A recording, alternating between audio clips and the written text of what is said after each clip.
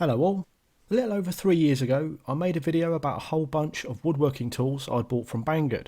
With over 150,000 views at the time of doing this video, it is by far my most viewed video. I went on to purchase more items to review from them, as well as agreeing to select some items from Banggood stock, which they would send me for the purpose of review. Around 60 separate tools reviewed from them to date. Some have been excellent and tremendous value. Some were just plain rubbish. It occurred to me then that it's probably about time to share with you how I found living with the tools, and perhaps most importantly, which ones I use daily. About 2/3 of the tools I bought or received, I've given away as prizes or donated to the Men in Sheds charity and to young aspiring woodworkers. And no, not all of them the tools I thought were rubbish. Many were fantastic, but the fact is, I operate out of a tiny space and just don't have the room to be collecting tools just for the sake of it. I'm happy to share the wealth, so to speak. Before getting on to my daily users then, some honourable mentions.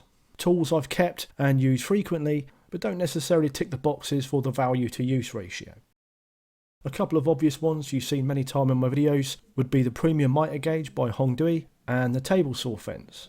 These are certainly in daily use and do their respective jobs perfectly, but the miter gauge, for example, is every bit a premium product and priced as such. Its scope for adjustability and build is superb, but the fact is, and this likely goes for nearly all of us nearly all of the time, if a miter gauge has a bar that can be adjusted in the slot and a zero that has some adjustment to be dialed in, that's really all you need. This Honourable miter gauge, much as I love it, has in all honesty had zero effect over the cut quality of the £30 one I was using before. The Honourable is easier to adjust for angles, but 99% of the time or more, I just need it to hold a good 90 degrees. And you just don't need to spend £120 plus for that. The fence I also have no problem with. I'd like a micro adjust feature, but other than that, it's perfectly good. But the fact it mounts on T-tracks machined into a table bed means it's a bit of a niche as far as table saw fences go. You'd have to be making your own table saw like I did to make use of it. When I get a proper table saw, this fence will go too. More of a daily user by default, this one then. Couple more Honourable bits here, the kerf maker and a drill bit and blade depth gauge. They're fine and really nicely made. I do use them, but ultimately the job of the kerf maker can be done with a stop and a scrap of the stock you're cutting, and a combi square will do the job of the depth gauge just fine. They're just kind of nice to haves. I wouldn't be rushing out to replace them if they failed. This drawer holds much of my Banggood bits, some of which are out on the bench as my daily users will see shortly. Everything in this drawer is still used and has its uses, but really only because I have them. They're not essentials. Things like the centre marking rule, these dovetail markers, which I do actually love, but great as they are, fact is they do nothing a standard bevel gauge can't. Drill guide, used and useful, but could take it or leave it. Same goes for the multi-tool of rule stops like this I have for steel rules. Talking of rules, below the drawer are my centre rule with the stop and whatever you call the other rule thing with the adjustable stop. Used often for layout and I like them, but again doing nothing a combi square or standard steel rule won't.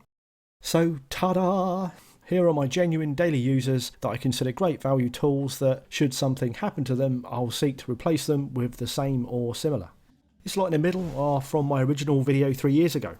The others I've accumulated since. For what I do, all of these I find extremely useful, good value, and to be very good quality. Let's start with this lot then, all but the tri-square from my original video. The alley tri-square is my go-to for roughing out, a nice lump to place on rough sawn boards and the like. I use steel blade squares for fine and knife marking, but this is my general go-to. Same applies to its triangular cousin there too. This triangle square I wasn't sure how useful it'd be when I bought it 3 years ago, but it's turned out to be so useful.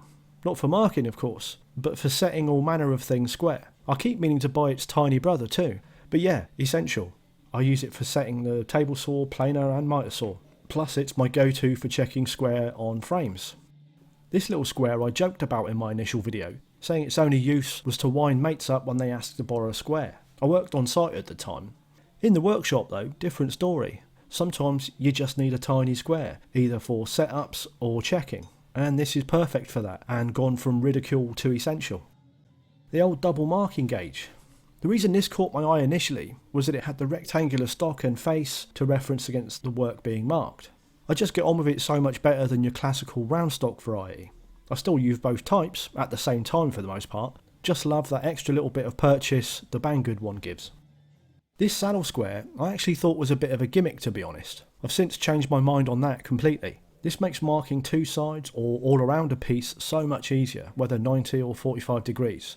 I do a lot of mitered, mortise and tenon joints, and for that this is a godsend. So much nicer to use than the steel tri-squares I used to use for the task. Really cut down on little marking errors. It's a bit delicate in aluminium though. If this ever finds itself squished or damaged, I'll be looking out for a steel replacement. In the meantime, love this. Again, these T-type marking gauges, I was unsure whether they were a bit of a gimmick, but no, I found them a really decent tool for accurate layout. This massive steel one is not a cheap tool, but it doesn't need to be cheap to represent good value. Take care to keep the etched markings clear of gunk and scratching. This should last a lifetime.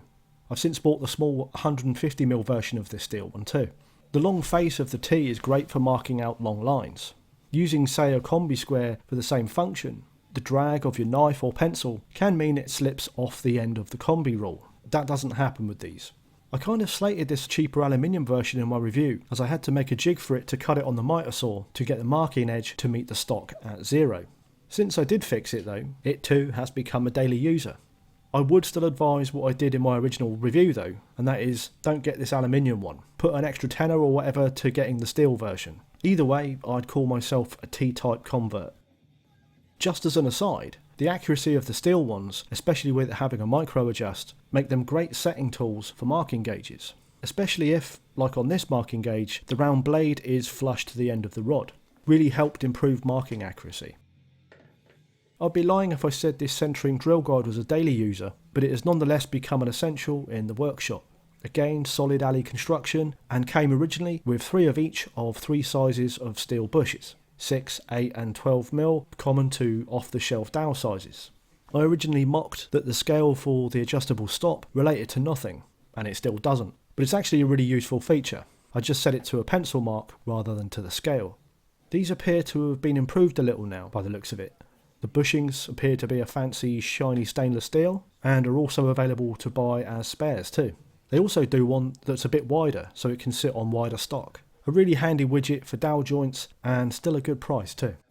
This is the little Hongdui carbide scraper. If you've watched any of my Banggood reviews, you'll know that this brand seems to produce fairly premium, good quality tools. This is no exception.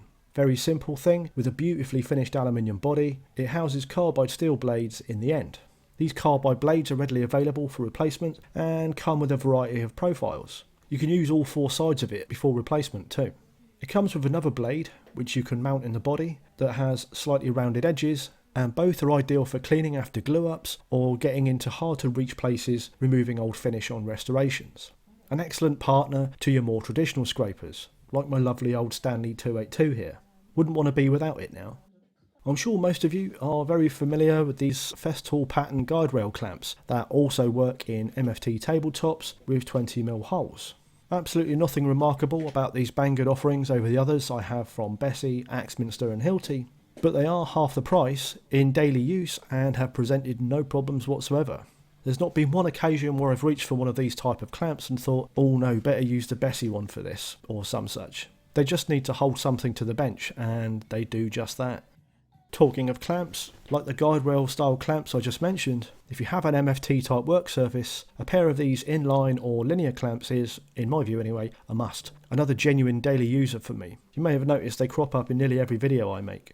A blatant copy of Festool's, these new brand ones from Banggood are half the price of the OEM version. I don't have the Festool ones to compare, but I've been using these around 2 years and they've been great.